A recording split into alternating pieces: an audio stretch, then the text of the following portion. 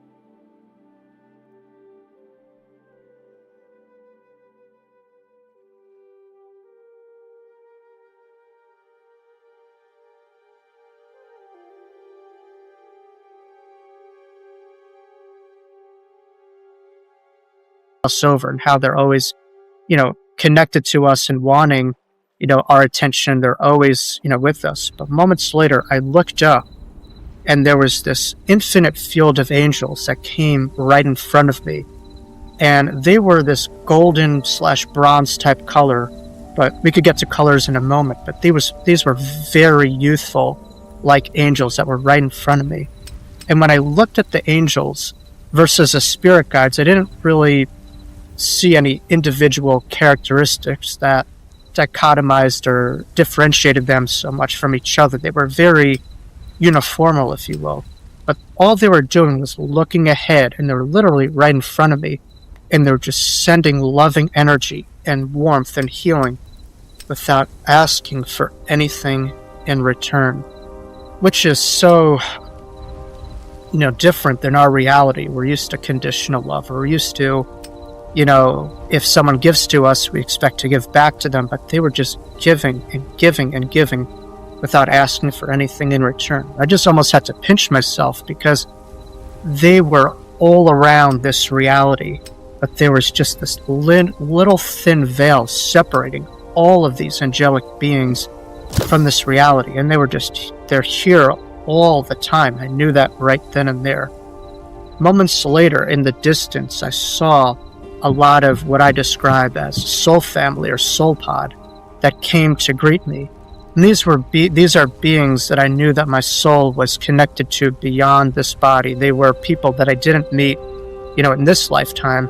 It'd be pretty hard at 3 years old to have, but they were people that I knew that I had a strong soul resonance and soul connection, what are referred to as a similar ray of God or expression of the divine. I view all of us as a part of the soul family, if you will, but there's more of a core soul family that you frequently incarnate with and are connected to on this theater or stage of life, as Shakespeare alluded to. But when I looked at my guides and all these beings that greeted me, I was posed the most difficult question.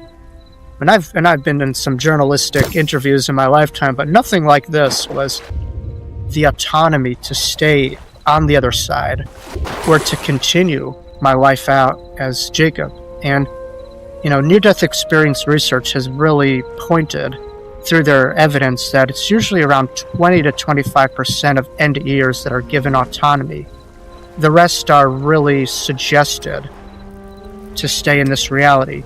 Now, I do want to preface that the soul will not do anything that it doesn't want to in its higher self. The spirit realm does not force you. They just give suggestions or opportunity or encourage, if you will, at the most forceful language I could describe. But free will never, well, nothing ever dies, but free will never leaves you in this realm and the other side.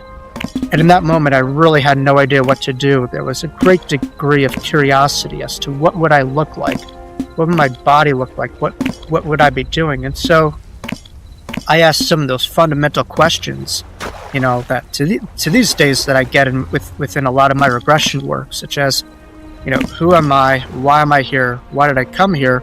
And what will my life look like if I do continue, this story out? And I just had what many refer to as a life review, which some would say, Jacob, that must have been the absolute shortest film in history. You're just 3 years old.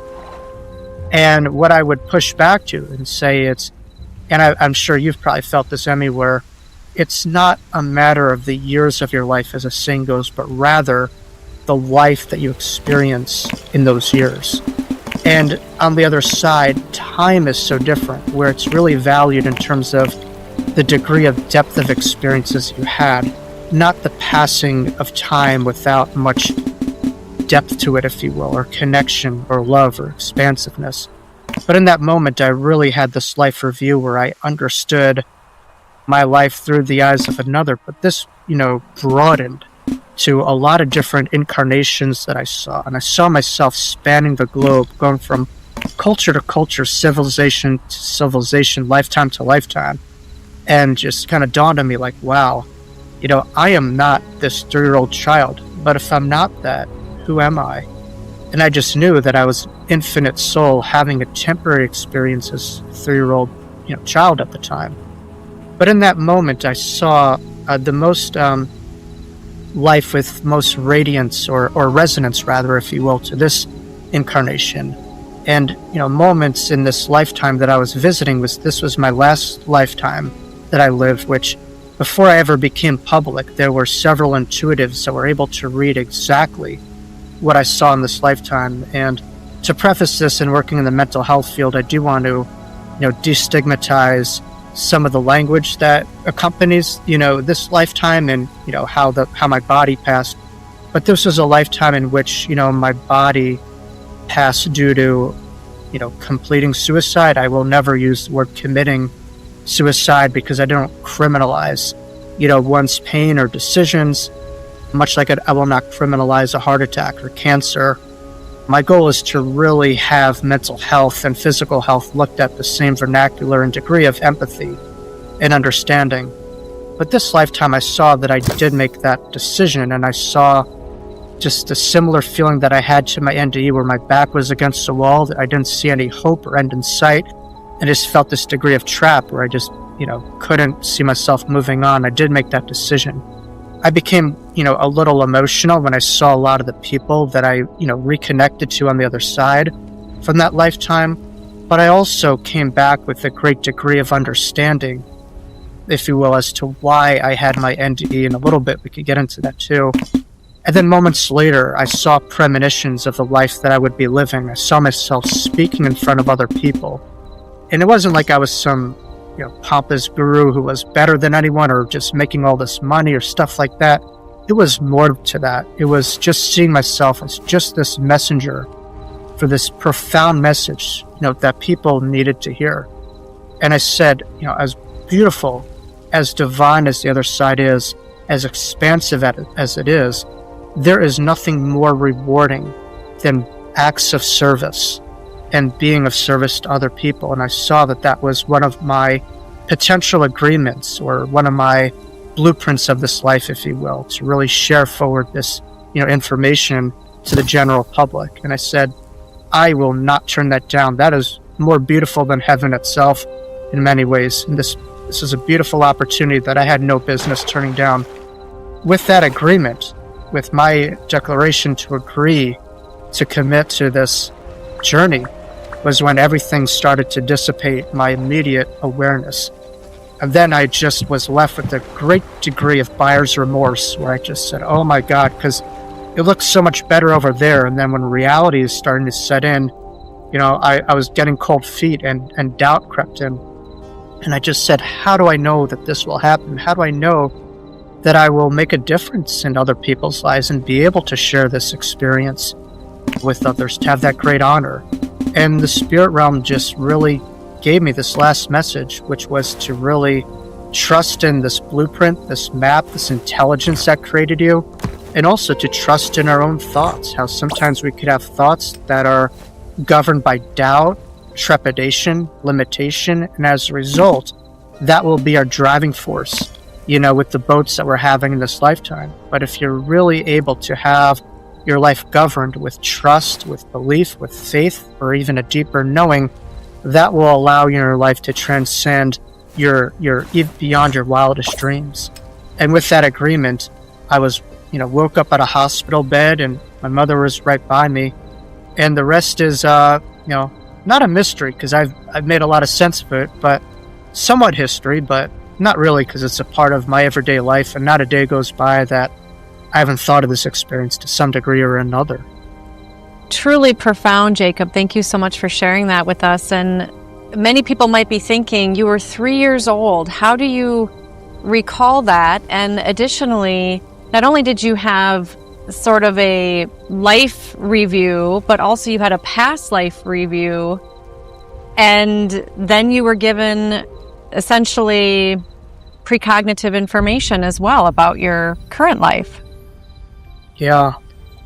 To this day, I'm a student of all this stuff, and I'm always, fascinated by how intuition, premonition works. But essentially, a lot of us are governed by our linear minds, maybe our fears, our doubts. For a lot of people, intuition is not the driving force. I think self as context is very important. When you believe yourself to be this certain box or this body, or I'm this and I'm not that, then your lives will be governed by that. But, if anything else, my ND told me that life is not random chaos. It's very intentional. You're not doing this just alone as you think you are. There's so many other driving forces to tap into in your life. And that just reminded me that this is far from a random journey. And there's such a great degree of intelligence, wisdom, and love that is with us, all the time, that we can't always see with our physical eyes. But having my NDA at a young age, to me is, I still can't believe it was over 30 years ago. It felt like just a second ago. Even early on in an interview, it was like, I didn't really talk to my parents that much about it. And I said, I must have been 4 or 5, but I got clarity that, no, you were 3. And that really even stretched my understanding of this thing, because I just can't believe that I was that young chronologically when I had this. What I will say is a couple things. How I'm able to remember this is, we have our conscious mind and subconscious mind. And, a lot of us are governed by, our conscious mind. But this NDE went beyond my own structure of my brain, and where life to me, I don't think is produced, but rather filtered by. My brain was literally completely shut down, and this higher mind was able to come forward. And so I think that piece, helped me too, where this wasn't an experience where I was in my own brain or in my own body. This is something that went beyond, thus defying, a lot of, just how memory unfolds or linear consciousness unfolds within our lifetime. I would also say trauma was a big element to my degree of recollection. Working in the mental health field, I'll often ask people to understand trauma. It's like when you have something like 9/11 or something profound in your life, you'll know exactly where you were, what was going on to a T. But I asked you what you're doing a couple of days ago, probably not really. And so I think with something that profound unfolds in our life, we're more likely to have that great degree of imprint within ourselves. It leaves an undeniable mark within our memory. I would say that for sure. And I believe if you were meant to forget something, you would, to a degree. But not really. I've had also colleagues of mine who had NDEs who totally forgot about their NDEs, and they saw someone like myself, like a regressionist therapist, and they're able to have profound evidential memories of their NDE, to remembering conversations in the hospital bed, those kind of things. We look at the body as this blank canvas when it comes to this reality, as if this being has no knowing, and its development starts at conception and birth. And what I would say is, certainly physically, that's where, it could start. We could point it to. Our soul's journey goes so much further back than these, chronological ages that we're experiencing ourselves. And so I'm a believer that two things can be true at the same time. That at one hand, it's undeniable that you're your chronological age, but on the other hand, there's an eternal soul age that we all have. I believe that we are all these infinite spiritual beings having these finite human experiences. And so on one hand, yes, I was 3 years old, but on the other hand, no, I, like all beings, I'm an eternal being that has an infinite book that went far beyond just that one page that I was on, in this chronological life that I was living. Your near-death experience also seems to demonstrate that our consciousness continues and is on a continuum. Yeah, I just, that's a good point. It really does bode well with the work that I do in mental health as well as grief, because I believe, what's the biggest fear that most people have is death or an ending. And what near-death experiences point to is that nothing can stop us in our journey, not even death itself, that we go on. So it really does foster a sense of resilience for people who hear NDEs, to understand that no matter what you're faced with, it may be a tough day, a tough year, or a tough decade, whatever that is. But one thing that goes on is the soul. And I think what we point to as reality is very important. There's this, wonderful Indian mystic that said, what is real can never change, and what changed was never real. And what a lot of times we attach ourselves to, these bodies and all of these things, are just, temporary constructs. They're not permanent. And I can understand the great degree of despair that we have when those things end. Once we're able to govern our lives by dichotomizing an experience versus what we understand to be reality, is when I do believe we'll be able to have a lot more ease, grace, flow in our lives, and really govern our lives by different understandings. And what I came back with within my NDE, which a lot of people do come back with, which was this governing force of reality, which is love. That goes on. Growth goes on. Relationships goes on. The struggle, the day in and day out stuff, that melts away, and all that we're left with are the beautiful experiences that we had and the dynamics that we've been able to foster. And therefore, I think in this reality, we could even create even a further evolved heaven with all that we're able to accrue and grow, which is why I do believe that a lot of souls are lining up to come here, because this reality is a wonderful opportunity. I know on the surface value, a lot of us here are just like, who in their right mind would want to come here? But no, from a lot of the evidential mediums, intuitives, and my own downloads, that this is a very desirable place, because it's a beautiful opportunity for the growth and expansiveness of the soul, if you will. Can you share any more about your experience with the angels or the guides who were present with you? And are you still in communication with them? Yeah, really good question. We do talk. I try to get quiet with them and just ask them to come to me, and they do. The angels and guides particularly, I've noticed, have come to me in profound moments of my life where I felt a degree of trauma or just a degree of being scared. Like I remember one time, it's always been like during these profound moments, but there was like one time when I was younger, and like a school principal had some type of megaphone, and he said, whoever was talking, I'm going to ask to leave. And I guess he thought I was talking, and he screamed my name in front of the whole school. And I just had this like a very much out-of-body experience, and I was very distressed at this moment. And all of a sudden I felt, my guides to the right side and left side of me as I was walking in front of the entire school. And when the guides were with me, I just felt this understanding that this is a temporary experience. You won't think about this twice in your life, and just govern your life by what you know is real. It's all temporary. Don't attach to it. When the principal met with me, he probably expected me to like be angry and be vengeful and all this stuff, and I just had this coolness, because I just knew no matter what unfolded, it things will work out.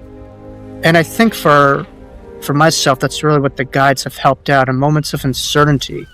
they've left me with this energy of this governance of what I define as real versus what I fully understand is just a temporary experience or temporary opportunity to define my reality. And that's the beautiful thing about this contrast, where we're given darkness and we have the ability to remember who we are, where we're come from, but we're able to create within that darkness, we're able to shine within that darkness. And that's this beautiful opportunity that I'm talking about. But memory is a great gift to really embody that, to really lean into that opportunity a little bit more effectively, if you will. Why do you think some people are connected to that realm and some people don't believe it exists? And also some people might wonder, why does it seem so difficult sometimes to connect with that? I would love to say there's a one-size-fit-all answer. I don't think that's the case, though. I think we all have different journeys, but I would hypothesize a couple of different, reasonings for that. One thing is, I believe for a lot of us, depending on our cultures, and I can't speak for all, there's a degree of disempowerment that unfolds from a very early age, where, to no one's fault, these are generational belief systems that are handed down. We're taught almost that we're nobody, we're these blank canvases, and there's a degree of physical dependence on people who are bigger than us.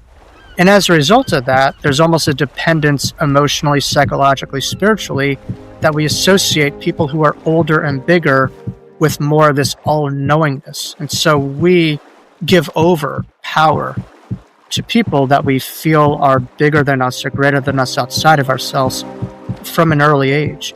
But children have a beautiful opportunity to really tap into empowerment. And if parents are able to look at their children in a different way, with more curiosity, more of an ability for their children's wisdom to unfold, and just asking a lot more open-ended questions, I think kids were able to let go of a lot of that, are able to hold on to a lot more memories, if you will, than others. But I think there comes a certain point in time where people hold on to things. And for a lot of people, when there's something that they don't know, like anything else, there's a subjectivity to that. People could look at the unknown with a degree of skepticism, or, they could stigmatize that thing, if you will, or just push it away. And some people are able to listen to intuition or a voice within themselves. It's able to look at the things through curiosity. And much like lands that were explored throughout history, some people would hold on to paradigms from generations that this world that they're living in was just this flat earth and that was it. And other people were able to listen to a voice that went beyond generational understandings, and they were able to challenge the paradigms of what they were handed to. So I think empowerment is very much related to intuition, if you will, and it really is also related to curiosity. But I do believe some souls are sent here to be teachers, and they may have more of a further degree of memory than per se others. But I do believe everyone has that degree of understanding or memory. Some people, they've just had worlds creating or covering their mind instead of their minds influencing the worlds. And that's what we're trying to really, that position and that kind of shift is what we're all about within this work. What did you learn about why you are here and why we collectively come here to this earth? Yeah, that's a really wonderful, fascinating question. I think some people ask me, if we were meant to remember things, why wouldn't we? Why forget things? And I would say it's almost kind of like having a test and, if you will, getting all the answers. Part of evolution is a process of forgetting and remembering, walking and falling.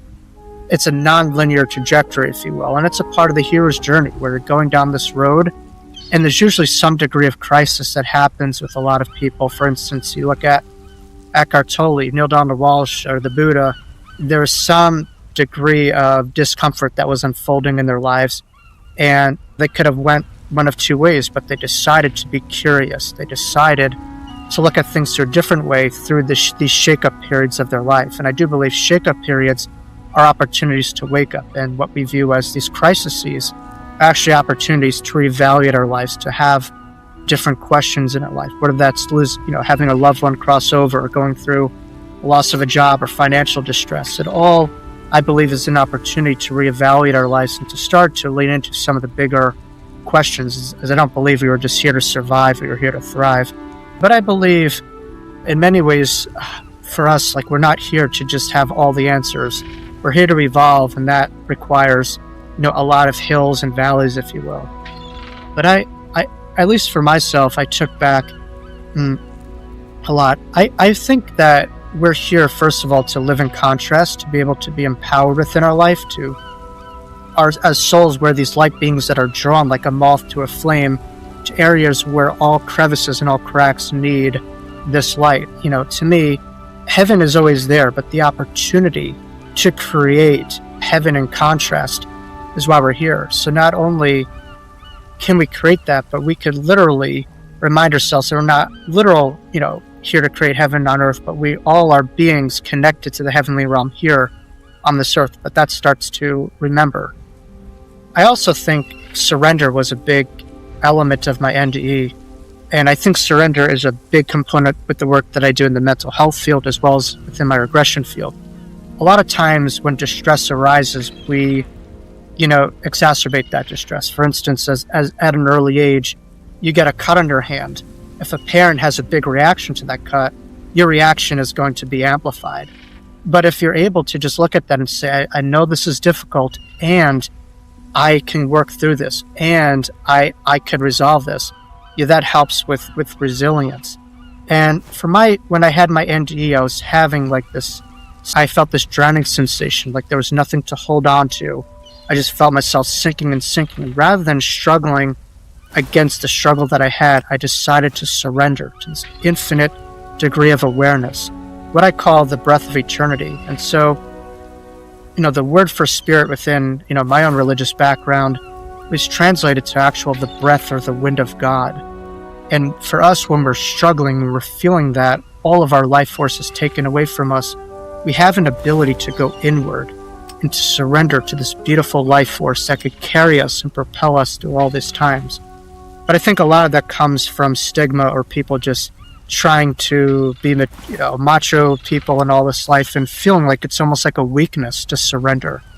But I do believe surrender allows us to lean into our deepest strength, not abandon it, if you will.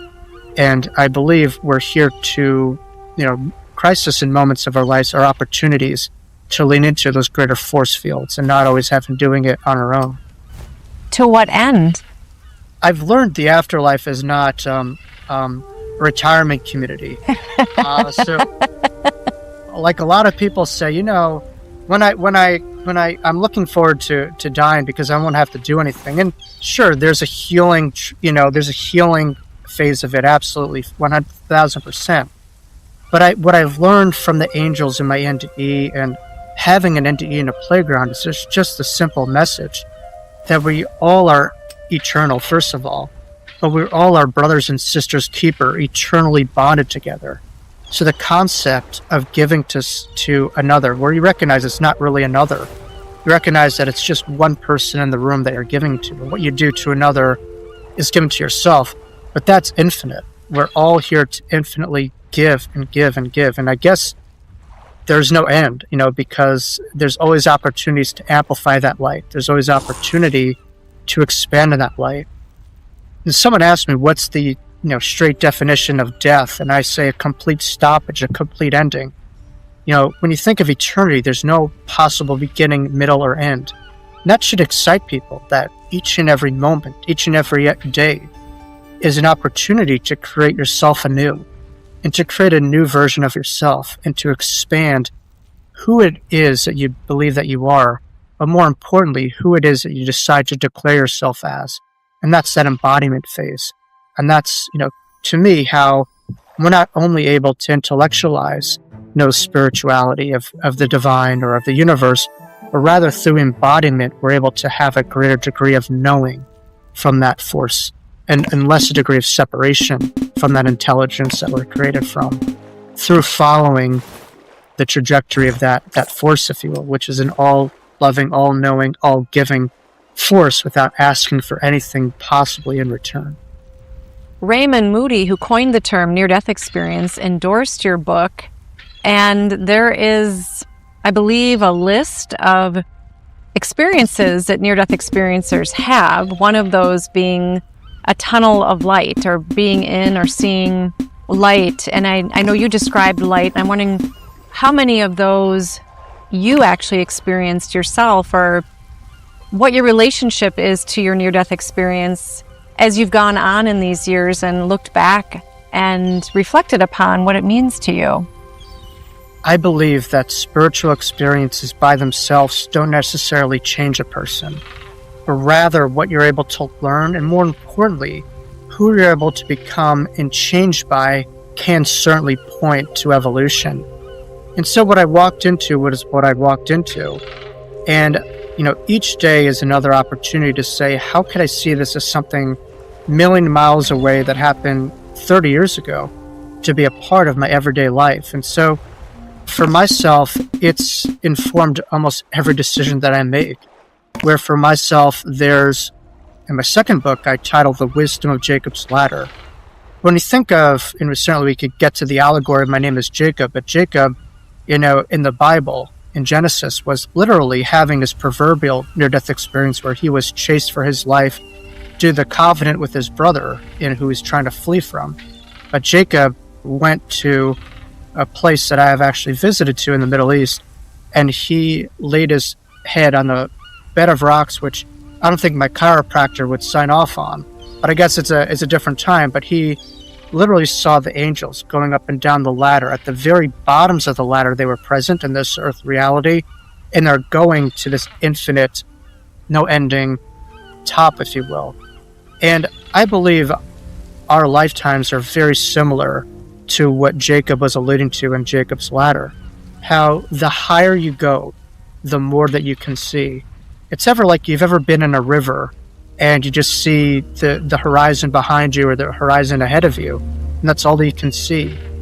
And, that's kind of it when we're governed by our lives. We could see what's behind us, or we could project what's in the future. When you're viewing life through a spiritual lens, you're able to get yourself out of that boat and look at the whole continent, the whole planet, and see so much more in this eternal river of life that we're all a part of, and then seeing all the people to the side that we're connected to, and beings that we've met along this ride. And so I believe we're here, when you evolve, the higher you go, the more that you can understand and see. And that's a beautiful vantage point. And I do believe life is all about perceptual angles.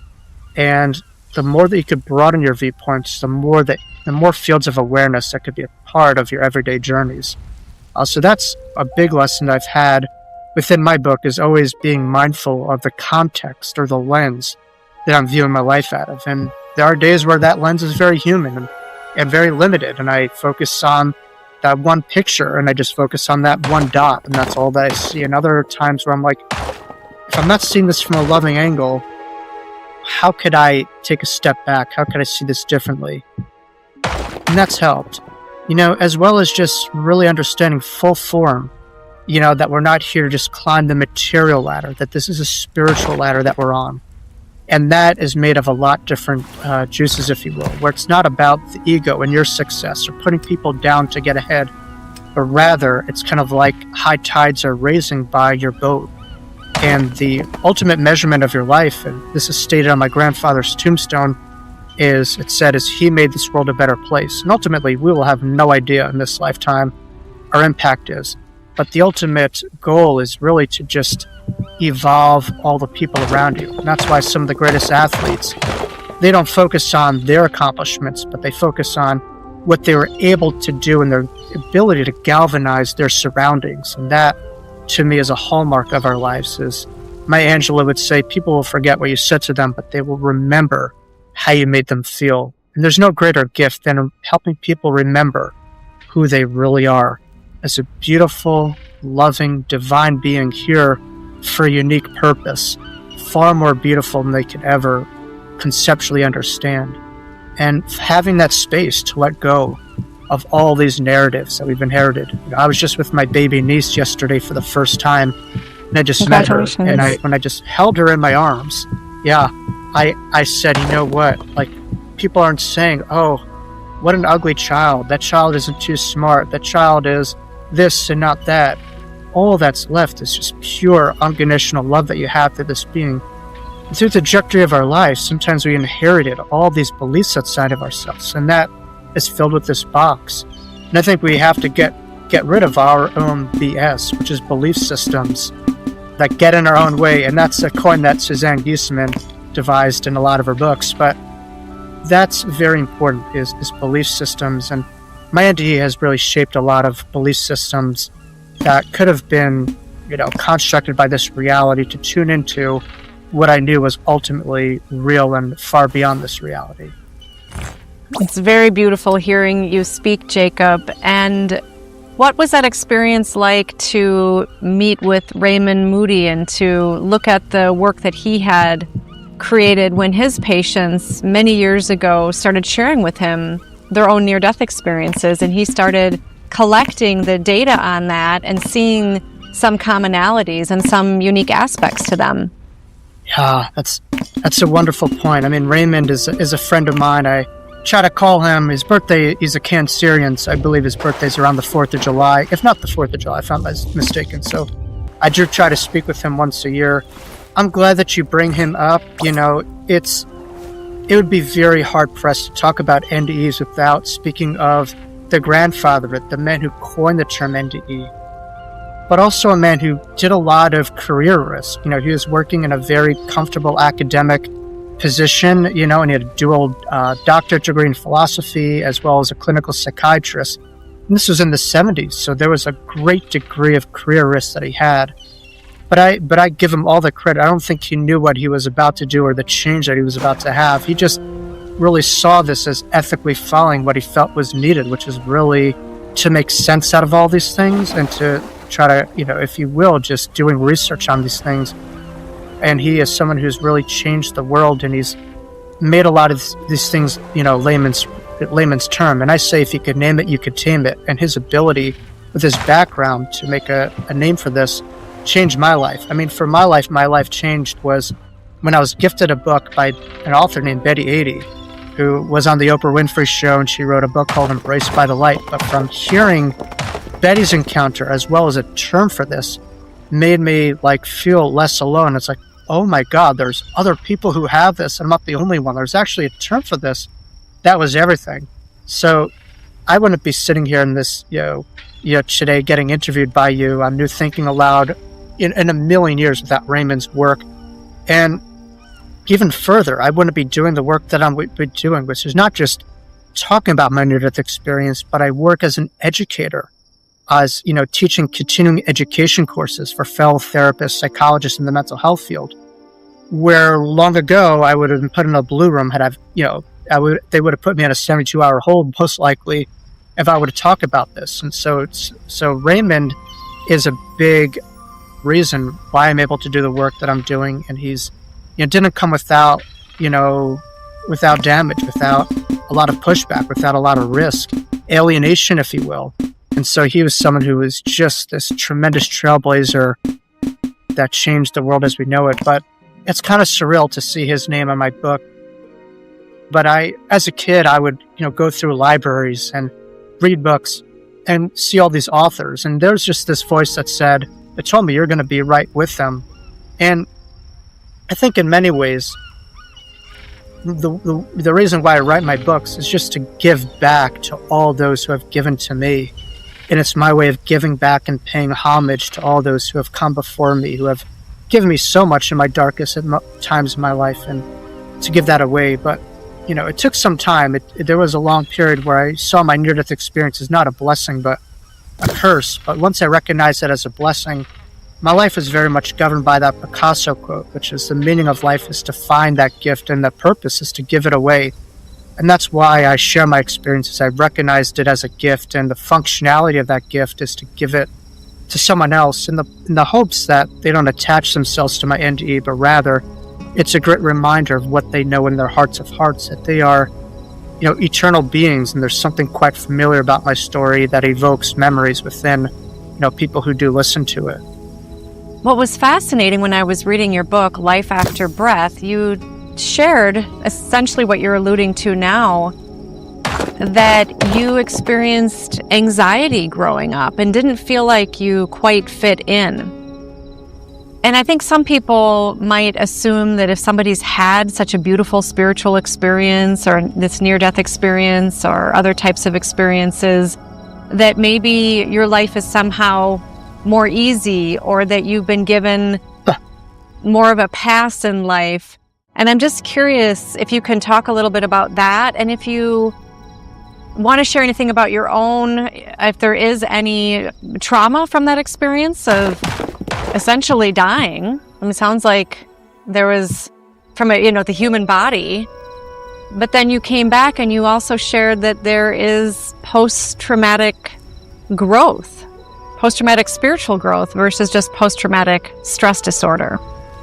It's a really wonderful question. In the mental health field, I work as a therapist with a lot of trauma clients who experience trauma. I will not call them trauma clients because we're born beautiful beings, but these are very strong, brave, resilient souls who experience adversive, stressors in their life. And there's a form of evidence-based practices that I use called trauma-focused cognitive behavioral therapy, or TFCBT. Within that line of work, there's a narrative piece where people, the clients that I work with, we're able to get them into states of readiness to slowly to start to process their traumas, where they're able to process their lives before that trauma, right? And what life was like before it. And they're able to really process what happened during that trauma. And at the end, they're able to talk about what they did with it and how it changed them, what they're able to use with it. And so I think with any experience, there's subjectivity to it. You could play victim to circumstances for sure, or you could play victor to circumstances. And you could understand that what you went through is not just for you, but it's there to open up bedrocks of compassion, empathy, understanding, and a devotion to service to others. And I do believe once you understand the we consciousness, you understand, much like I did in my near-death experience, like I was this child in this playground, how we all are our brothers and sisters keeper, here to utilize our own references to relate to others. And that could lead to a lot more compassion, empathy, understanding, but also the ability to foster resilience and inspiration in someone else's journey. When people write books and they just talk about how great they are and all this stuff, that's inspirational, but it also could leave people to feel a sense of alienation and disempowerment. And I decided to get very, very vulnerable because who likes a boring story? But I was kind of a little bit tired of people coming up to me and putting me on this pedestal with what I had. And I felt also that people felt quite disempowered with this ivory tower that they put myself in. What I wanted to do is to really empower people and for people to see themselves in my story. And that's the reason why I got very transparent in my memoir, so that people could be more empowered in their story and see a lot more similarities and differences, if you will. And that was a big part of it. But for myself, when I was able to really grow from this was when I was able to understand the opportunity of service to others, the ability to not be defined by what happened to me, but to start to define that story and to start to understand that this doesn't have to define me. I could define it. And there's, functionality of this, which is to give it away and to be a more compassionate person, empathetic person, understanding, if you will. It also really told me how we may have an infinite reality, but time is quite delicate and fragile in this reality. And that has led me to a call to action where in my lifetime, I try not to put anything away. I try to seize the moment. I try to take things like as if this is the only moment that I have, because you just don't know in this reality. And so that's, been a big component. And when people look at finite reality, you could look at it with trepidation and anxiety, or you could look at it and develop a space of a call to action and purpose and service to maximize. And that's, been a big part of my trajectory of how I live my life. But I think really it's when people have trauma, for instance, what they experience is not feeling safe or feeling threatened. And it's very much neurological, where you get into fight, flight, or freeze when you feel that there's an actual visceral danger. And how afterlife awareness really speaks to, mental health, resilience, and governing our lives is when you're able to have this degree of safety, that helps people out, where you understand that no matter what happens to you, you're going to be okay. You always were okay. This is just a temporary experience. Then it's kind of like driving on the road, where you understand, hey, my tire may have blown out or my car may have crashed, whatever, but I'll get back on this road, and this road is eternal. Now I'm going to go through all of the turns and twists, but no matter what happens, I'm going to be okay. And that has helped so many people who go through difficult challenges to really allow this flow to be a part of their lives and to not get stuck, because trauma could really get you stuck in something that's happened years ago and as if it's happening this moment. And we're able to retrain, rewire your brain to find a grounded safetyness and a core belief that you're going to be okay. Then everything else, you're able to have a space between what's happening to you and what you're able to fill it with. And that is really what ultimate freedom is about. And it's very much related to the work of Viktor Frankl, who was in the Holocaust and is a big psychiatrist and wrote the best-selling book, Man's Search for Meaning. They asked him, what is freedom? And he said it's the ability to have a space between stimuli and response, and what you fill that with. And when you're undergoing trauma, you're having an undeniable neurological imprint. But the good thing is you're able to change, the neuroplasticity in the brain, as Harvard science has really, supported. And you're able to rewire the brain to find a degree of safetyness within your parasympathetic set of, system and, all of the parts of your being. So I think that's really where spirituality and afterlife awareness helps people navigate their own mental health journeys, if you will. Near-death experiencers sometimes, or maybe oftentimes, describe needing to integrate their experience. And I wonder where you are with integrating your near-death experience, even though it was so many years ago, but you said it feels like it just happened. Every day is a new opportunity to make sense of this. Near-death experience research, particularly someone by the name of PMH Atwater, I don't know if you ever heard of her. Yes. She specializes in children and infants' near-death experiences, and I do believe she had one, if not mistaken, as a child or an infant, but I could be off on that. Anyway, I'm bringing PMH up because to me she's on the Mount Rushmore of NDE research, but she has found that it takes around 20 to 30% to integrate infant and children near-death experiences. And that's made sense. For myself, shortly after having my NDE, my father, who actually is a therapist in the mental health field, told me that I came up to him. I said, hey, Dad, remember when I was rushed by the ambulance to the hospital? Something, and I'm using my language here today, but something profound happened. It's not going to make sense to you now, but one day it will. And, to be honest, words do not do justice with what I experienced, because they're finite symbols and measurements and vibrations. You're talking about infinite experiences, but they are, in this reality, some of the greatest tools that we have, and that's why we use them. But for myself, each day is an opportunity, and not necessarily to change what happened, because that can't shift, but to change how I'm able to make sense of this, how I'm able to integrate it in, my everyday life. And that's an everyday task. But I think for myself, one of the biggest integrative pieces of my NDE is what I'm able to lean into and how I'm able to relate when difficulty arises, and how I'm able to have that space and to remind myself, no matter what happens, it's kind of like what Elise Hay would do. She had this beautiful affirmation. She would say, I am safe, all is well, and out of this, only good will come out of this. And if you repeat that over and over to yourself, as simplistic as it seems, when we're faced, especially now with all these challenges, we're able to find more flow. We're able to be a good surfer. We're able to kind of surf the waves of our life and not try to go head on with them. And all of life to me is just about learning how to surf and navigate the waves of our life. And I think it's important to understand who or what is navigating that surfboard. If that's fear navigating it, then it's going to lead to a different trajectory of feelings. But if it's spirit, we're able to find a lot more different pathways to see that situation in a lot more of a broader context. And so that's how it's influenced how I live my life in many ways.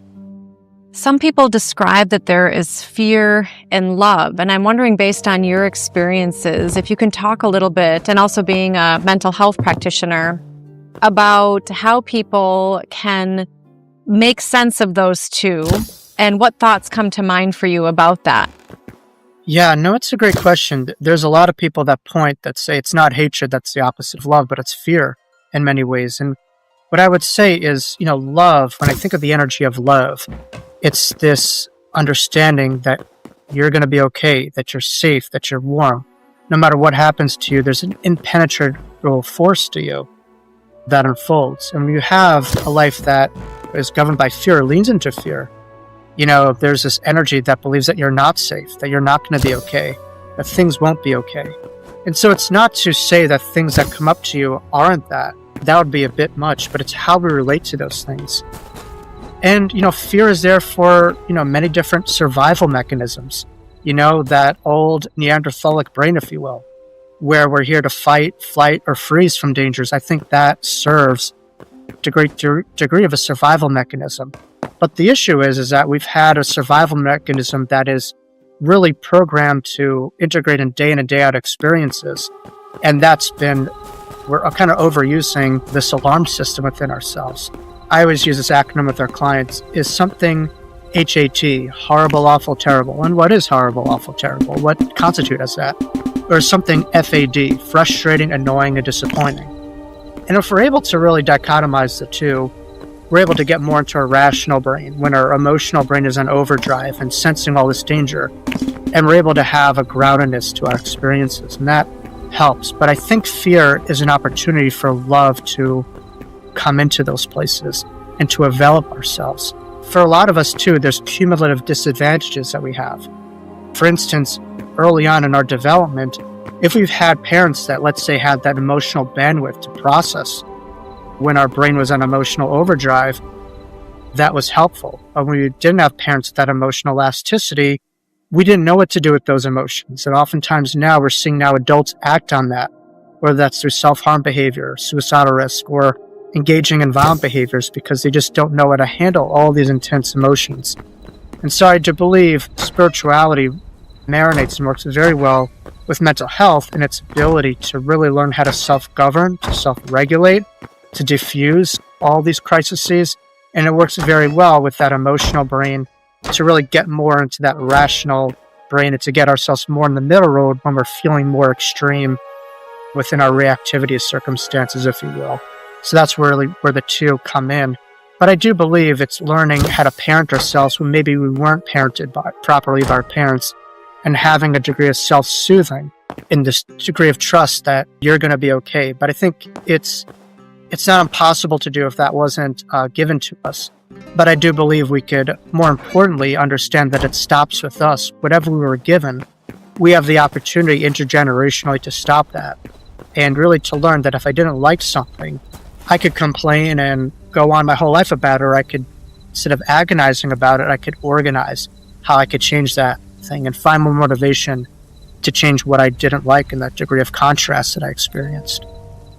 Jacob, I could talk with you for hours, and thank you so much for all that you have shared so far. Is there anything else you want to share today about your near-death experience at the age of 3 and what you've learned from that? I believe that Jesus once said that the kingdom of heaven in me is in you too. And Jesus meant by that is to really not attach yourself to himself, but really to remember what you know and just to see the beautiful wisdom that you see in another teacher or in nature. It's just a reflection of your infinite, broadened self.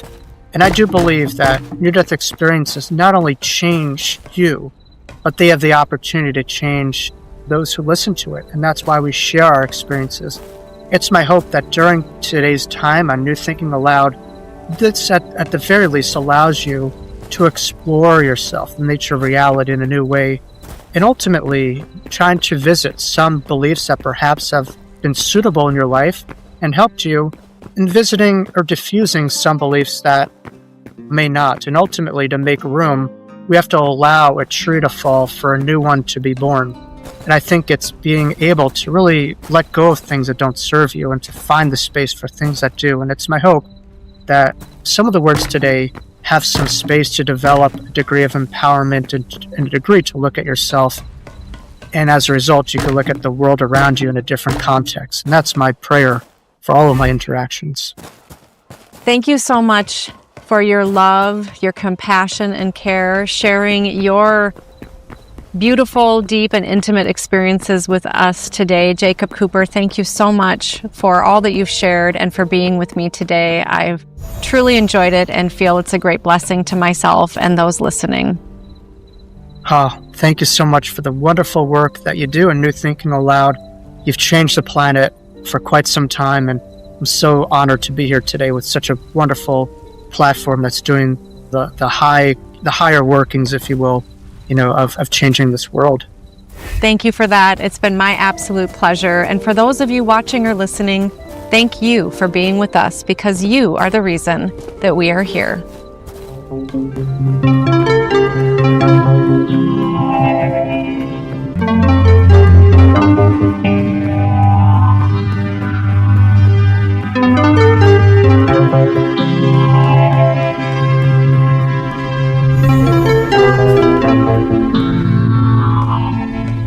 You can now download all 9 copies of the New Thinking Aloud magazine for free, or order beautiful printed copies. Go to newthinkingaloud.org. Book 4 in the New Thinking Aloud dialogue series is Charles T. Tart, 70 Years of Exploring Consciousness and Parapsychology, now available on Amazon.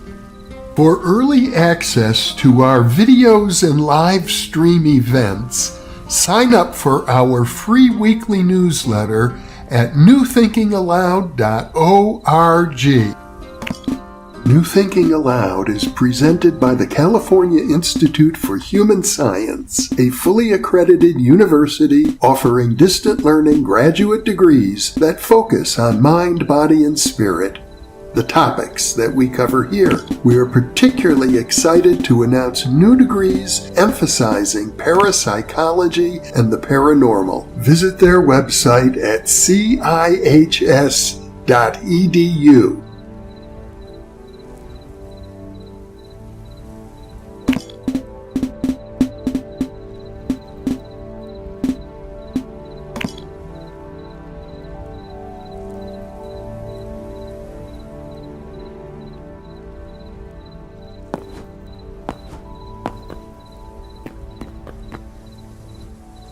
Ever since my journey into non-dualism, I'm puzzled by this line from the poet Rumi. You're not a drop in the ocean, but the ocean in a drop. This paradox that we are both the whole universe and at the same time an infinitesimally small drop located in space and time is something I can ponder on daily in a philosophical way. But what would the world's most cited neuroscientist have to say about it? Yeah, when I was born, I didn't have any notion of me. And I didn't have any notion of mother. From my point of view, this was just some oceanic universe. So how on earth then do you conceive of a boundary that is intimately porous and glues you to the soup, of which you are a part, but also at the same time distinct? Biology cannot tell us how from the primordial soup cells emerged. And neuroscience cannot tell us how from brains selves emerged. But what if there is a principle that can at least describe both of these mysteries in a mathematical accurate way? The trick is you effectively use statistics or probability theory to define the minimal conditions that allow for a statistical separation, a veil, something that is shared between the observed and the observer, but it is not the observed or the observer. We need a physics of observation. You could glorify that and say a physics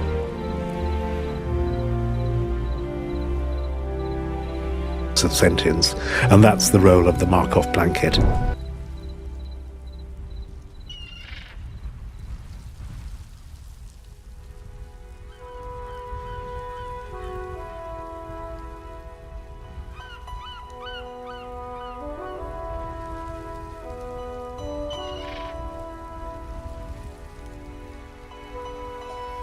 And it's really quite surprising. You find almost no deficits on any visual tasks in aphantastics. You would have thought that, mental imagery plays this huge role in your life.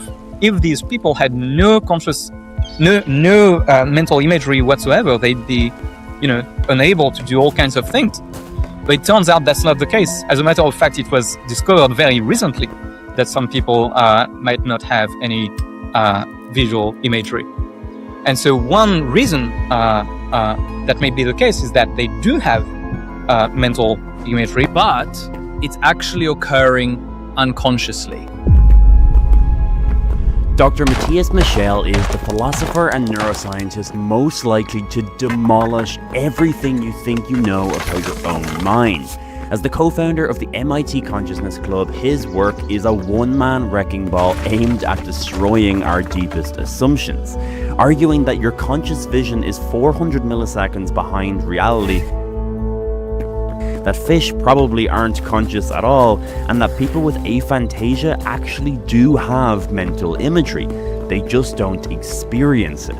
Today on The Giant Shoulder, we explore what it actually means to perceive reality and why your brain might just be a reality monitoring machine. If you want to truly understand the contents of your own inner conscious experience, like your mental imagery, your own inner speech, or your emotions, then click the link in the description and take my 7-day inner experience challenge. It is completely free to do, and you will get the most comprehensive breakdown of your actual conscious reality using only research-proven methods. I am genuinely so excited about this. Just click the link in the description. I hope to see you inside the community. We have the illusion that the unconscious cannot do anything just because when the unconscious does stuff, then we don't have introspective access. But it could be doing stuff, right? It's just obvious that the mind is doing all kinds of things totally unconsciously. And those states are functional, so they can do all those things, but there's nothing it feels like. That's a case of cognitive access without phenomenal consciousness. That's what we call blank access. Did I read that you think fish have no conscious vision? Because I think this is hilarious and bizarre, and I need you to explain it. Basically, you think they're operating by blind sight all the time. There's sensory information coming in, and it's impacting their physiology, but there's no visual experience of what it is like to be those fish ever. Yes. Yeah. That's like so blind sight. That's so weird. So I tend to think that they're complete zombies. I don't think they have any conscious experiences. I think the evidence tends towards the view that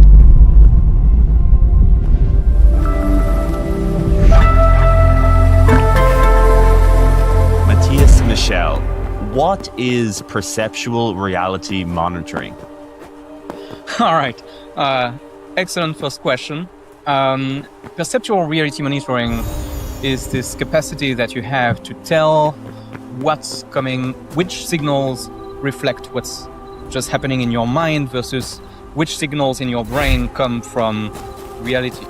So it's important to realize that whenever you have internal signals, such as perceptual signals, those perceptual signals could be there for a variety of reasons.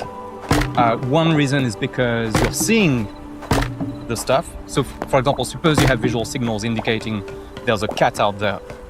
It could be because you're seeing a cat, but it could also be because of noise. So we know that inside your brain there's noise, there's spontaneous activity, right?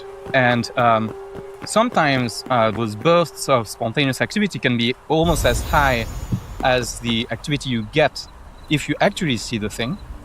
There's a study by Schwartz and colleagues looking at this for faces, for example. So we know that these spontaneous bursts of activity can be pretty high, pretty strong, but you're not spending your days hallucinating faces, right, or cats. So that's one reason the cat signals could be activated. Another reason could be you're maintaining a picture of a cat in working memory, right? So that could be you're maintaining a picture of a cat in your mind. That could be another reason why your cat neurons, so to speak, are activated. Another reason could be that you're expecting to see a cat. Okay. The very important thing is that although in all those cases, you have a mental representation that there's a cat, you mentally represent cats. In all those cases, you should not believe that there's a cat, right? You should only believe that there's a cat when there's actually a cat in front of you. So the idea is that you need perceptual reality monitoring. You need to make sure that those mental representations, when they're activated because of noise or because you're expecting to see a cat, those representations don't mislead you into believing that there's actually a cat out there. And if you think that we have the kinds of cognitive systems that rely on predictions and simulations, it's often going to be the case that you're just simulating the presence of a cat, but that shouldn't lead you to believe that there's a cat in front of you. So that's why we need reality monitoring. Yes, super cool, well explained. I've always thought that's a fascinating question. How does the brain tell the difference between imagination, perception, memory, noise? I don't know if there's a fifth option, but those seem like the four. How does the brain do that? So is this a statistical pattern in the data? Is it sort of like analyzing the stats? How is it doing that sort of discrimination? What signal is unique to each of those types that allows it to classify it? Right. So one thing is signal to noise ratio. So when the thing is really out there, the signal is stronger compared to the background noise inside your head, right? And so you can use that as a cue. Now, it's not only signal to noise ratio, presumably. Another way of telling apart simulation from reality is that simulation in part depends on, often, it's not always the case, but often depends on what you want to do. Okay. So for example, mental imagery might be voluntary in a way that perception is not voluntary. Now you might say, this is not totally completely true, because part of perception is, of course, under voluntary control, right? I can choose to move my eyes and turn my head and so on and so forth. So just because it's voluntary doesn't mean that it's not real. But it's one cue you can use in order to determine whether the thing is real or not. Another thing is how predictable it is. So somewhat paradoxically, if something is totally unpredictable, you're going to tend to think that it's not real. Because one way of seeing this is, imagine that there's a pink elephant just right now appearing in front of you. Given that doesn't make any sense in that situation, it's totally unpredictable, you should presumably think, oh, okay, I just imagined this, all right? Whereas things that are predictable are going to be the things that are more likely to be real. Predictable in the sense that they make sense given all the background beliefs that you have. Yes. I have an example of this. I said, we were talking before we clicked record that I'm in Malaysia at the moment, and I have a terrifying fear of snakes. So I'm constantly checking bushes and trees for snake-like objects, and my prediction system seems particularly honed to hoses that have any sort of like rivets on them or any sort of patterned long thing. My heart will drop like really, really quickly, and my body will like have this really quick reaction because my prediction system is like overly predicting snake, right? So I guess that's an example. Right. But then, 1 second later, half a second later, I correctly categorize that as hose, which it almost always is, until it's snake, right. And then it's going to scare the shit out of me. But that's that analysis going on, right? Yeah, that kind of analysis. But you might even think it's at a lower level than that. A good example is, it turns out that because of the way the eye is constructed, is built, you always get light coming into your eyes. It's always obstructed by blood vessels, right? And there are studies showing that you can actually track where those blood vessels are from activity in V1.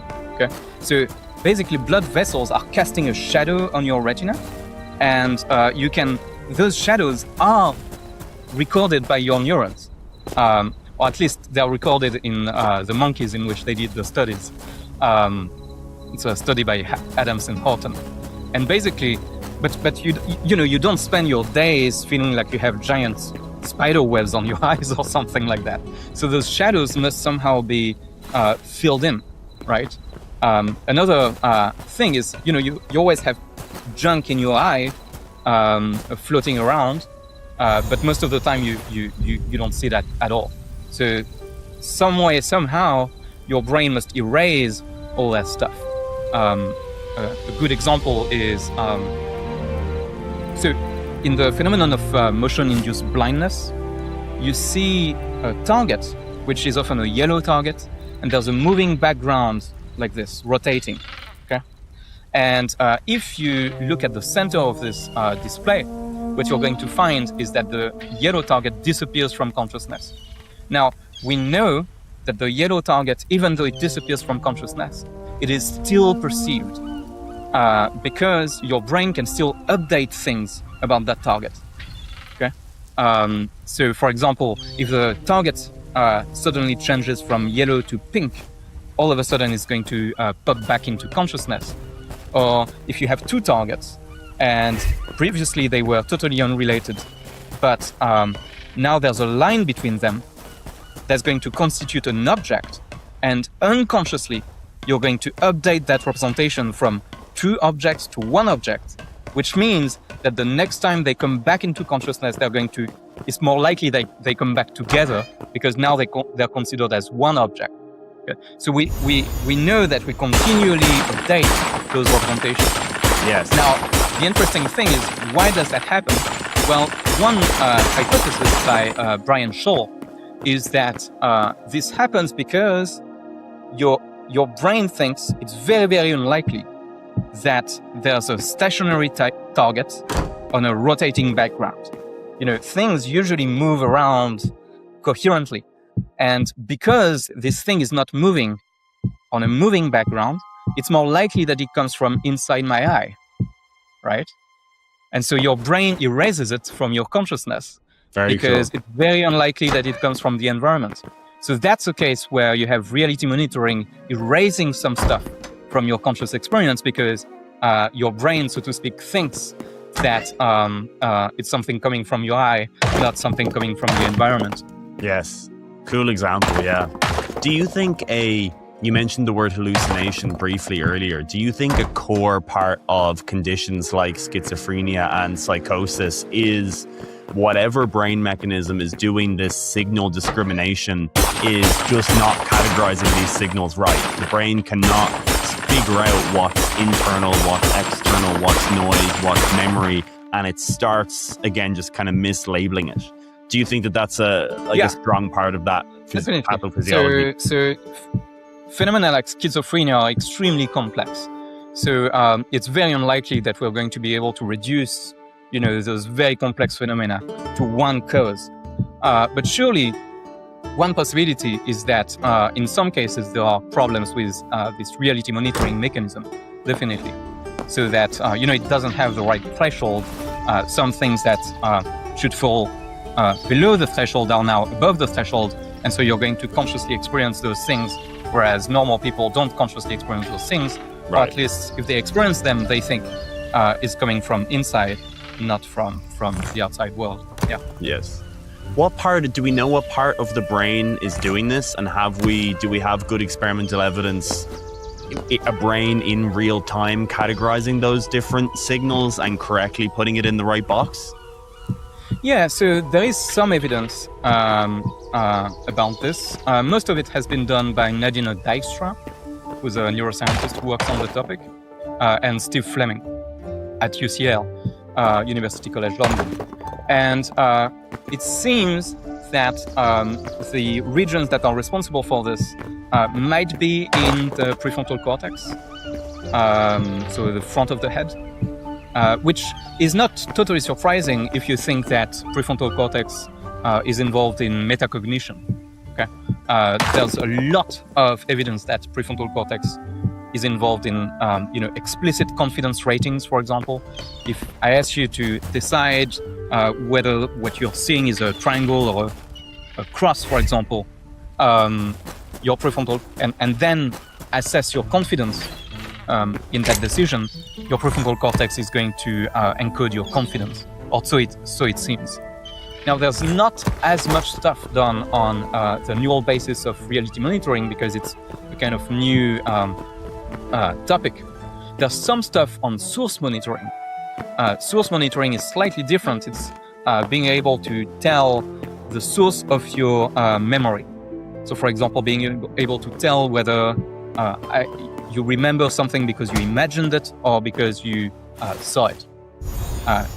This is a slightly different topic, and I think the neural bases are slightly different. I don't remember exactly what those are for source monitoring. Yeah. So does perceptual reality monitoring make the claim that someone shouldn't be able to be conscious without a frontal cortex? Yes, if you get bilateral lesions to prefrontal cortex, then you lose phenomenal consciousness. That's one of the claims of the theory. Now, this is a topic that's been discussed quite a bit. The problem is that there's a huge selection bias in the studies that look at people with massive lesions to prefrontal cortex. Why? Because prefrontal cortex is a huge part of your brain. If you have people who have massive lesions to prefrontal cortex, cannot do anything. Okay, if the lesions are massive enough, they can't do anything. They can't be tested, and so the only patients who can be tested tend to be those patients who don't have such massive lesions, and so it might give the illusion that the results you get are in conflict with that prediction. It's just because we can't test the people who do have the relevant lesions. Right. As a matter of fact, people who think prefrontal cortex is not involved in consciousness usually think that prefrontal cortex is involved in reports about consciousness. Okay, so there's people who think, prefrontal cortex is relevant for phenomenal consciousness itself, and other people who think, no, it's not responsible for phenomenal consciousness. It's just responsible for thinking about phenomenal consciousness or reporting about your phenomenal consciousness. And then they're going to say, well, some evidence of this is this, lesion studies indicating that you can have preserved phenomenal consciousness without PFC. But if you think about it for 5 seconds, this argument is actually contradicting.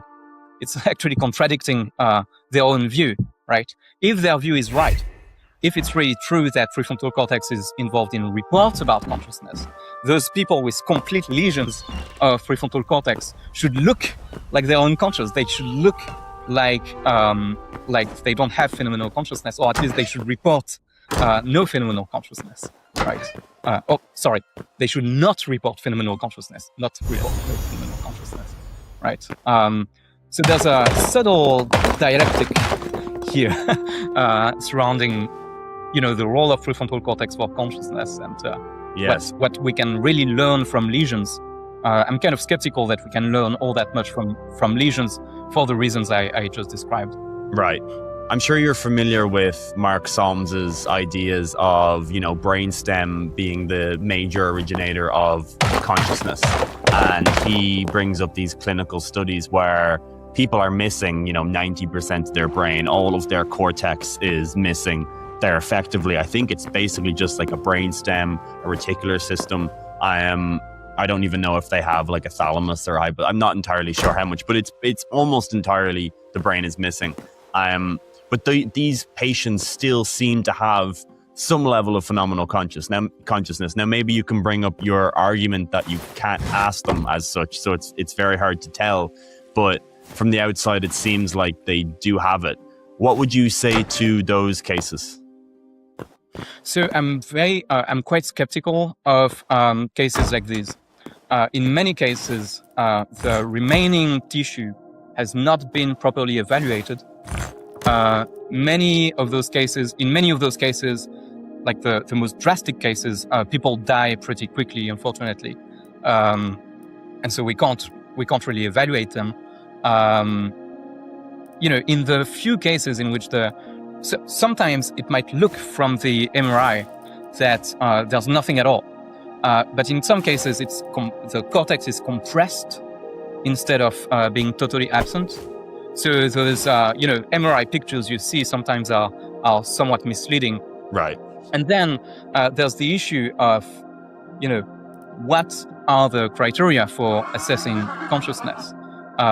In some cases, what they say is, look, the person is going to follow your finger with their eyes as you move your eyes. But we know that this is something that can be done totally unconsciously, right? So, for example, if you look at blind sight patients, and the best example might be Helen, who was a blind sight monkey.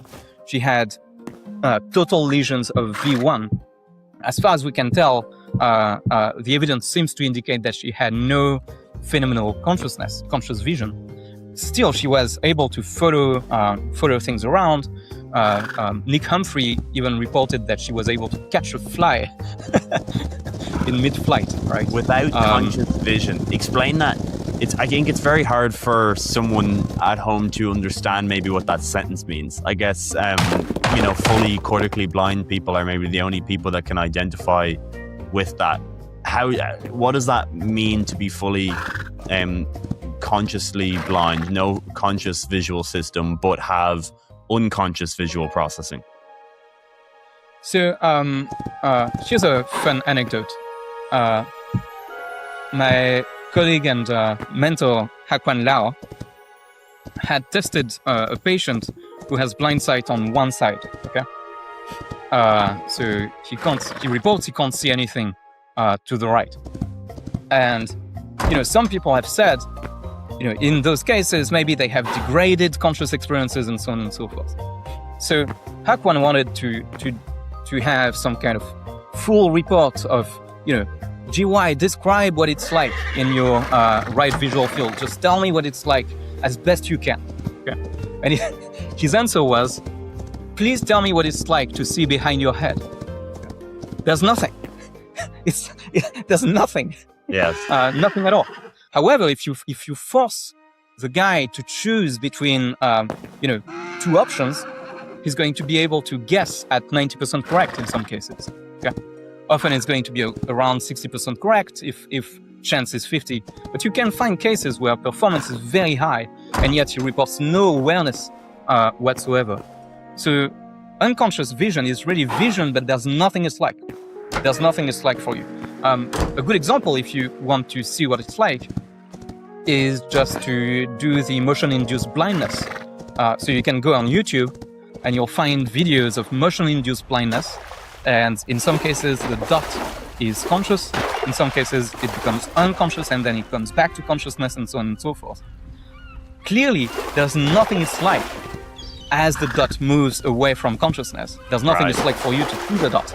But I can prove that you're still seeing it in some sense, right?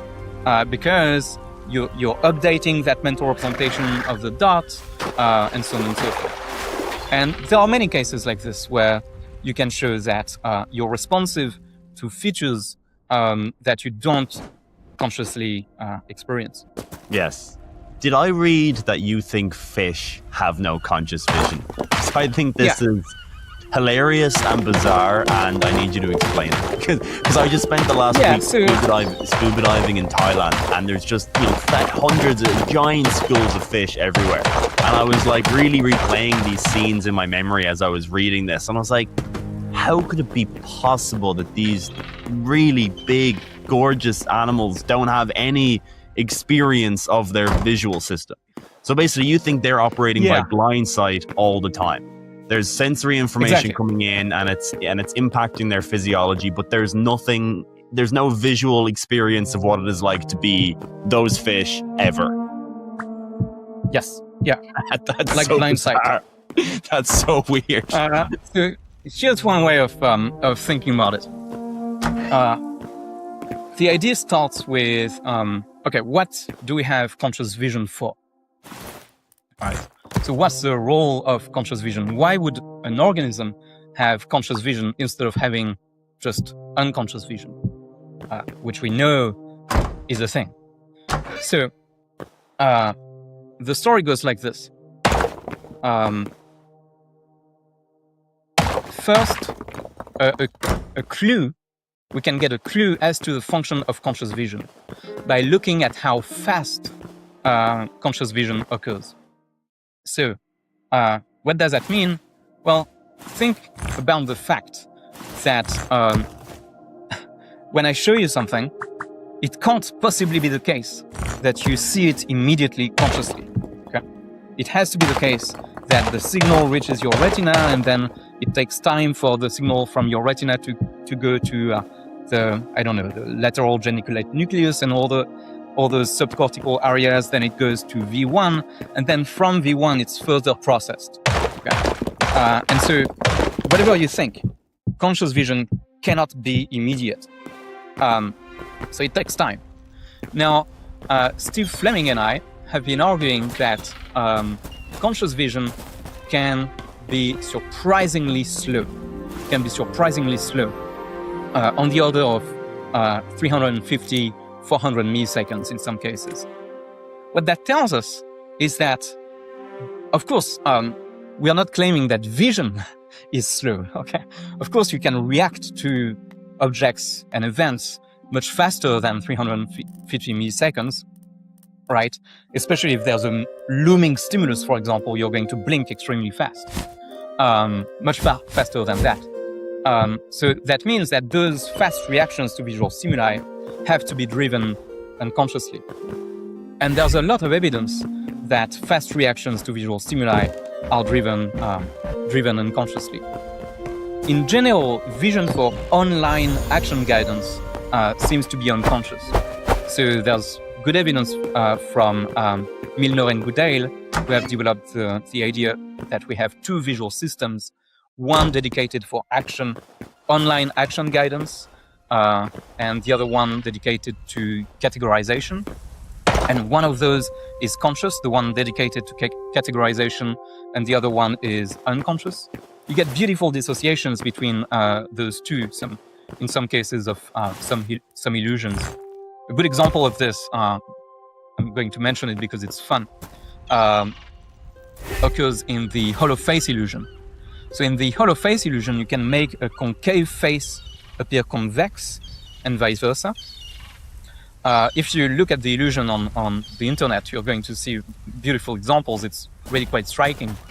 Now, if what Mel Goodale and his team did was that they put, they created a 3D version of this illusion, and then they put targets on those faces. Now, they had two conditions. One condition was to evaluate the distance between your hand and the target. Okay, so you manually estimate the distance between your hand and the target. And of course, if you do that, you see the effect of the illusion. People think that the target is farther than it actually is when it's put on the cheek of the face, for example. And in another condition, they asked the participants to flick the targets off of the faces. And when you do that, you don't see the effect of the illusion. Okay. So that's one of those illusions that trumps vision for categorization and conscious vision, but doesn't trump your hand, so to speak, doesn't trump vision, doesn't fool your unconscious visual system. Yeah, really in cool. any case, I hadn't heard of this that is one the before. kind of- I love illusions, so please feel like you can drop any illusion, and I'm obsessed with optical illusions of all kinds. That's an interesting one. I didn't know. So they were able to separate the two visual streams and actually see how a difference in action and a difference in engagement with the illusion creates a different effect. That's very cool. Exactly.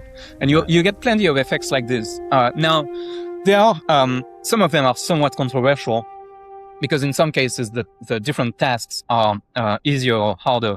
But putting that aside, you get plenty of dissociations between vision for action and conscious vision. Another good example is is the work of Marisa Carrasco, which is not related to vision for action in particular, but related to eye movements. So it turns out that your eye movements most of the time are driven totally unconsciously. One way to see this is with a phenomenon called binocular rivalry. So if you show to one eye gratings moving this way, or horizontally to the right, and then to the other eye you show gratings moving down, you're not going to be conscious of the fused percept. You're not going to be conscious of gratings moving down and to the right. Instead, you're going to be conscious of gratings moving to the right, then down, then to the right, then down. You're not conscious of the fused percept. You're conscious of one, then the other. However, Marisa Carrasco and Miriam Spearing discovered that your eyes follow the orthogonal direction. Okay? So your eyes somehow are driven by the fused percept, but your conscious experience has only one at a time. Ah, very cool. So there are plenty of dissociations like this one. Another one that's pretty cool is, so if I show you a stimulus and then I mask it by putting something around that stimulus, you're not going to consciously experience the stimulus. However, suppose I create two conditions. In one condition, I show you the stimulus and I ask you to answer as fast as possible. And in the other condition, it's still the same. You have to answer as fast as possible, except the stimulus is masked. So now you don't see it. Your reaction times are the same in both cases, okay? Irrespective of how well you saw the stimulus consciously. So that means that the initiation of action has to be driven unconsciously before you consciously experience the stimulus. That's an effect called the Ferrer-Rad effect that was discovered in the 60s. In any case, all those cases seem to indicate that when you see something, it's first processed unconsciously and can drive your actions in various ways, even if you're not conscious of the stimulus yet. And then conscious experience happens later. Now, what does this all have to do with fish? With my long-nosed emperor fish. I want to know what's up with these guys. So, sorry, the story is a bit long. But that's no, the it's introduction. cool. You to gave the a story. bunch of cool examples. Don't worry. Now we're at the place where we've learned something. We've learned that conscious vision is not for fast, immediate reactions to visual stimuli. So, for example, imagine that you're driving on a foggy road at night. Things, as you're driving, even if you don't drive fast, will enter your sensory bubble, so to speak, at the last minute. Okay, you can't see very far, and therefore things will enter your sensory environment, your sensory horizon, at the last moment, and you'll just have to react very, very quickly because of that, right? So the farther you see, the more time you have to react to threats and opportunities in your environment. If you can't see very far, if things just appear in your sensory horizon at the last minute, you'll have to react very fast. Now we know, for the reasons I described, that those kinds of fast reactions are driven unconsciously. So that's something Steve and I were interested in. And then Steve Fleming told me about the work of a neuroscientist. Well, he's doing many things besides neuroscience, named Malcolm McIver, who has fantastic work on what he calls sensory horizons or sensory bubbles. And the idea is this. Because of the way light is diffracted in water, you cannot see very far underwater. Okay, so the idea is you have computational models that seem to indicate that aquatic animals, including fish, cannot see, at least for ecologically relevant objects, cannot see ecologically relevant objects farther than a few body lengths ahead. Okay? Now, that means just because of the properties of water and because of the properties of their visual system. That means that they have to react very fast to threats and opportunities in their environment, a bit like in the case in which you are driving on a foggy road at night. Okay. Now it depends a bit, on the time of day, where exactly they are. If they are close to the coast, it's not the same thing as if they're in the pelagic zone, so far into the ocean, away from the coast, and so on and so forth. But in general, as a rule of thumb, it's 2 to 3 body lengths ahead. And so the idea is, because of this, they have no use for the kind of visual capacities that we know are associated with consciousness in us. Okay.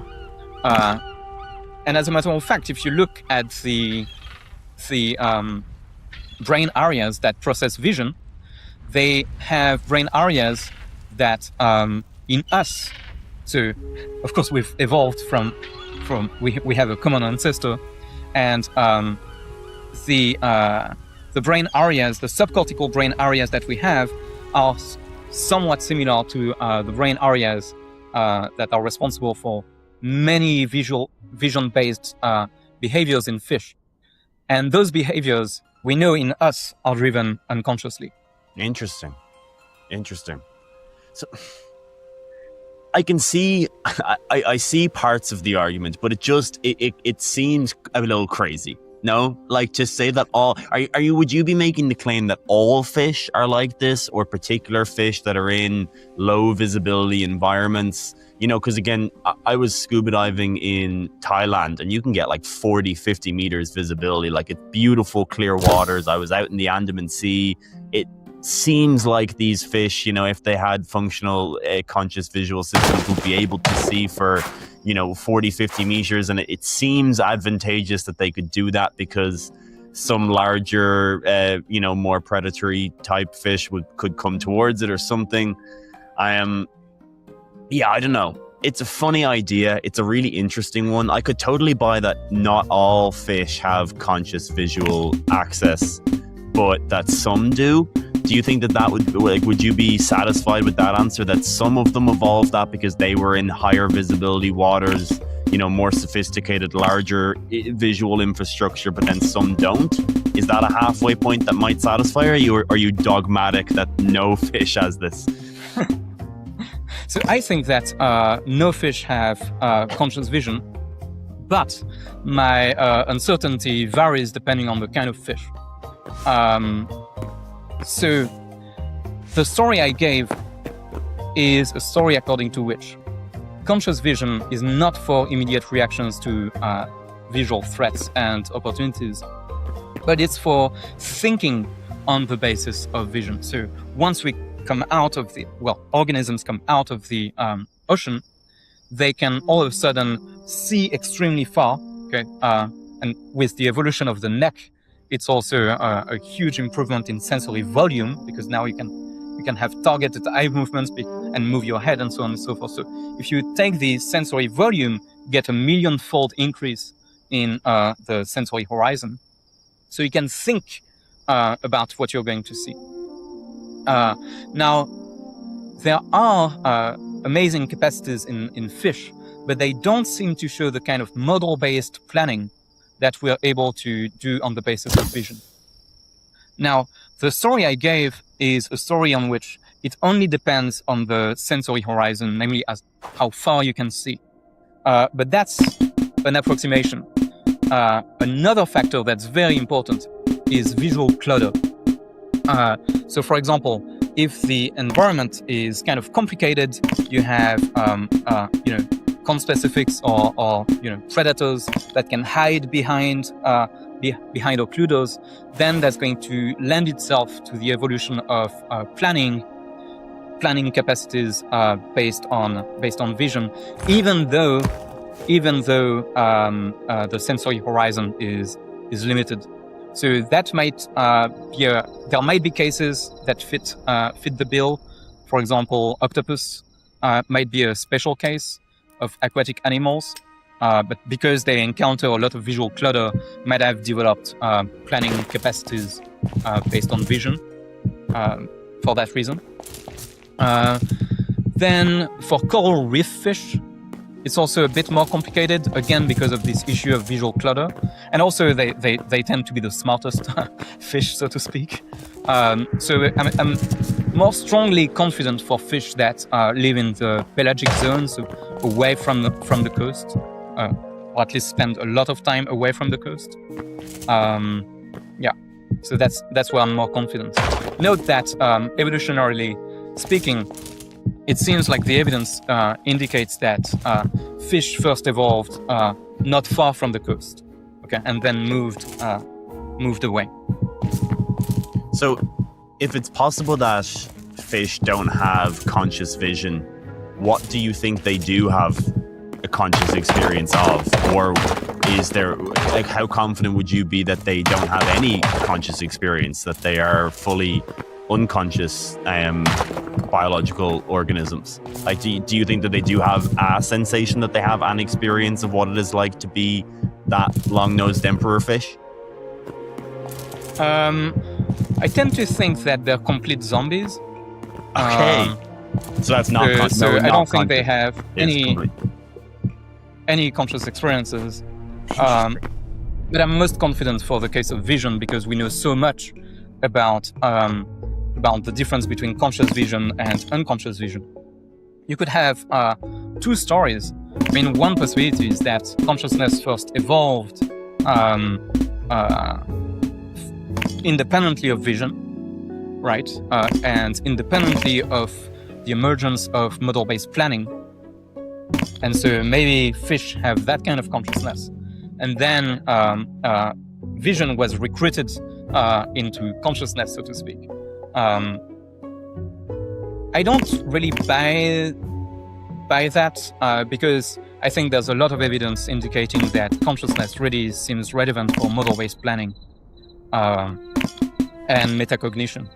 So I don't think fish have any kind of have the relevant kind of metacognition, and so I don't think they have conscious experiences. But I'm not as confident as in the case of vision. I'd say my credence is 60% or something, that they're completely zombies. Yeah. I'm slightly worrisome of the extrapolation that you could make if you assume that fish don't feel pain, right? Pain is, conscious pain. If there's a lot of there's a big movement at the moment to stop things like cooking and boiling lobsters alive and boiling crabs alive. Do you think that in those cases where moral well-being is at stake, we should be very, conservative with that and assume that they're conscious, because there is a chance that, even if there's a small chance, that we are, submitting them to quite a lot of pain that is not a good moral thing to do? And I'm kind of worried about the idea of that fish aren't conscious, of what people might take from that. Yeah, I mean, there's a big distinction between what you believe and what the evidence indicates and how you should act. In many cases, you might think, oh, even if I have 60% credence that fish are complete zombies, maybe there's usually I think, well, 60% for complete zombies, 35% for they're conscious, and 5% for there's no fact of the matter. That might be another option. Peter Keller's, for example. Now, even given this, so that's what I believe. But then, even given this, you might think, well, 35% chance that they feel pain is enough to justify caring about them. And, there might be a precautionary principle of the kind that's been advocated by Jonathan Birch, for example. Right. Saying, in cases where we don't know, the good thing to do might be to be careful, right? Exactly. So that might be sufficient. What I don't think is correct is to change what you believe because it would have potentially bad moral outcomes.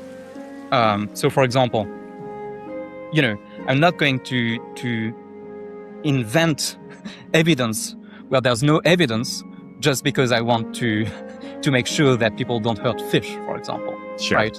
I think we should keep separate what we believe and then how we act based on what we believe, and what the evidence indicates, and then how we act based on what the evidence indicates.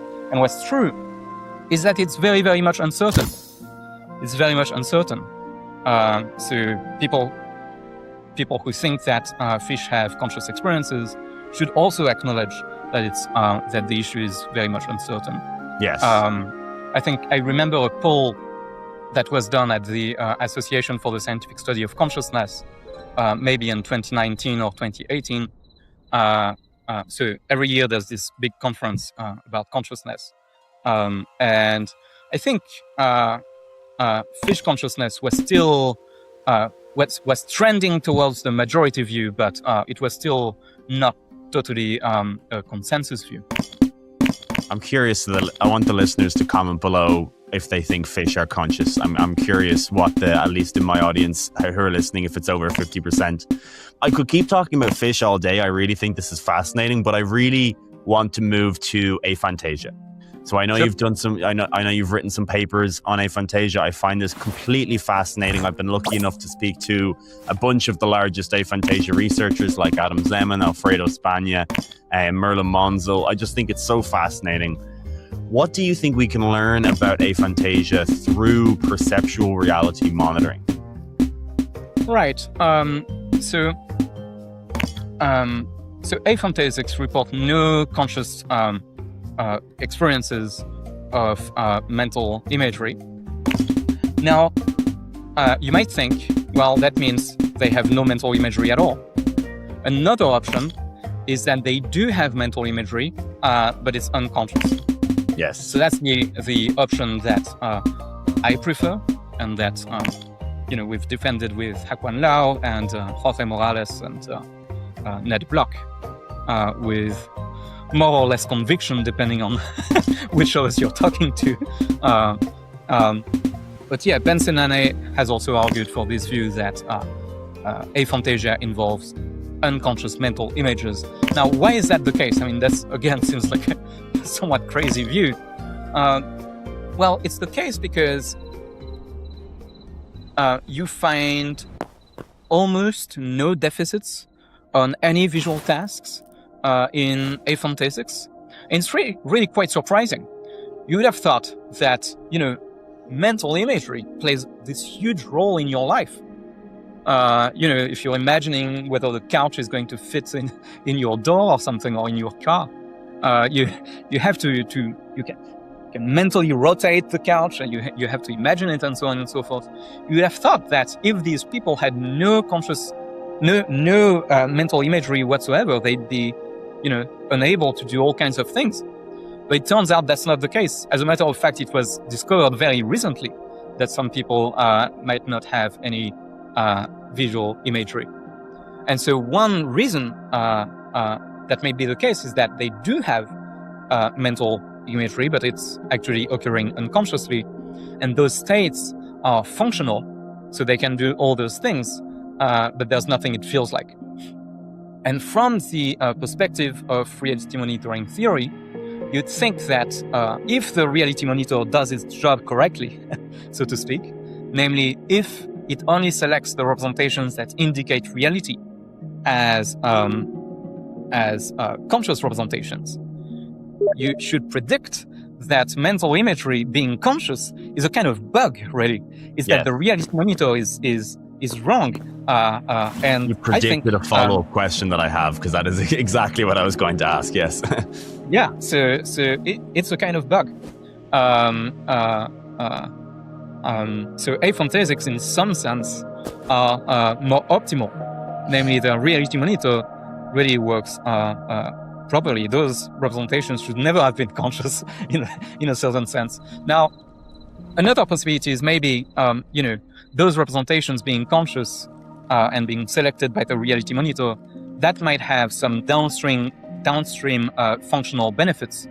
And so maybe even though it comes with some risks, maybe it's also the case that it has benefits. It is a truly puzzling fact that the cognitive differences across the literature just do not seem that large at all. Like, the story that I like to tell is that my sister discovered she has aphantasia at the age of 31, and she only discovered it while editing a different video we were doing on aphantasia. And she's the creative one. Like, she went to art college, she ran a jewelry business, she's now a video editor. Like, how can it not be the case that people with aphantasia are not less creative? Like, that just seems really weird. Like, one explanation is that, you know, they've developed alternative cognitive strategies to get to the same end goal, right? There's some cogitation in there. It's just different than visual imagery. But and I know that Adam Zeman, I talked about with him as well, that you think that there is a mental representation, but there just isn't phenomenal access. Exactly. Well, there is, so it is cognitively accessed in some sense, namely it's used for a variety of tasks.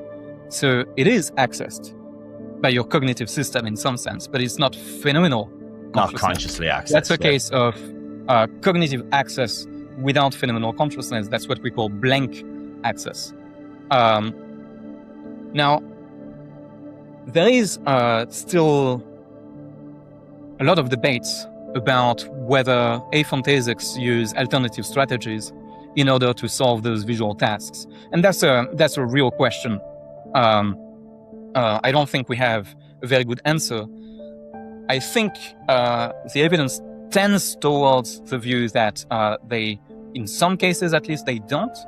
So, for example, there's a beautiful study by Weber and colleagues at John Dylan Haynes' lab, where they had aphantasics perform a visual working memory task, where you see a Gabor patch, so gratings with a certain orientation, and then gratings with a different orientation. You have to maintain those in your mind. Okay.